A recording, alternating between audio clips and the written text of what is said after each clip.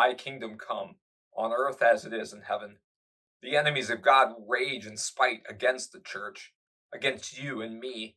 The devil, the world, and our own sinful nature, they don't want us to hallow God's name or let his kingdom come. But the will of God comes even without our prayer. It comes to you and me because of the gracious will of God, the very characteristic, the nature of it.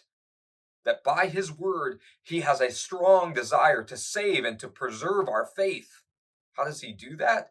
Well, he breaks and he hinders every evil plan and purpose of the devil, the world, and our sinful nature. He breaks and hinders them by sending his son to the cross. He breaks and hinders them by completing and fulfilling the law. He does this in Jesus' life.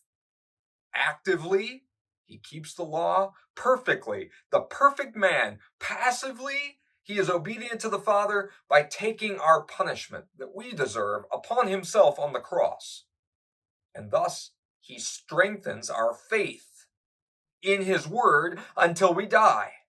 Thanks be to God that he has sent this great and beautiful gift to us, this Spirit that comes amongst us. Perhaps the third petition would remind us of the third commandment, that we remember the Sabbath day by keeping it holy. For in that preaching, that declaration of God's word, the evil plans and purposes of any enemy are unraveled before us, and they become footstools under the Lord himself. And that is sort of cool in the fact that it doesn't matter when the word is preached and the sacraments given. It doesn't have to be on a Sunday morning. It doesn't have to be on a Saturday night. Whenever his word is proclaimed, the devil runs in fear and terror, and the world sets up its dukes against us. It's ready for the impact because it knows what's happening. And there the word is proclaimed. There, because of our faith, we respond in prayer. There the word is alive and it is sung, and we confess what is in our hearts upon our lips.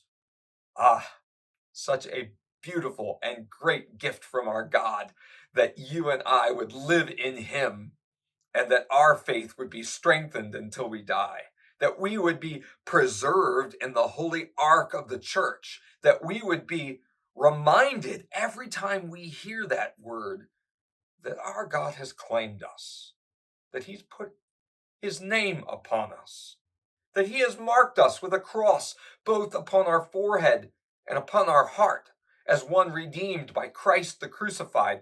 He has dumped us into the waters of our baptism and safely drawn us out, that we would have life in him. This is the good and gracious will of our God, and it is all for you.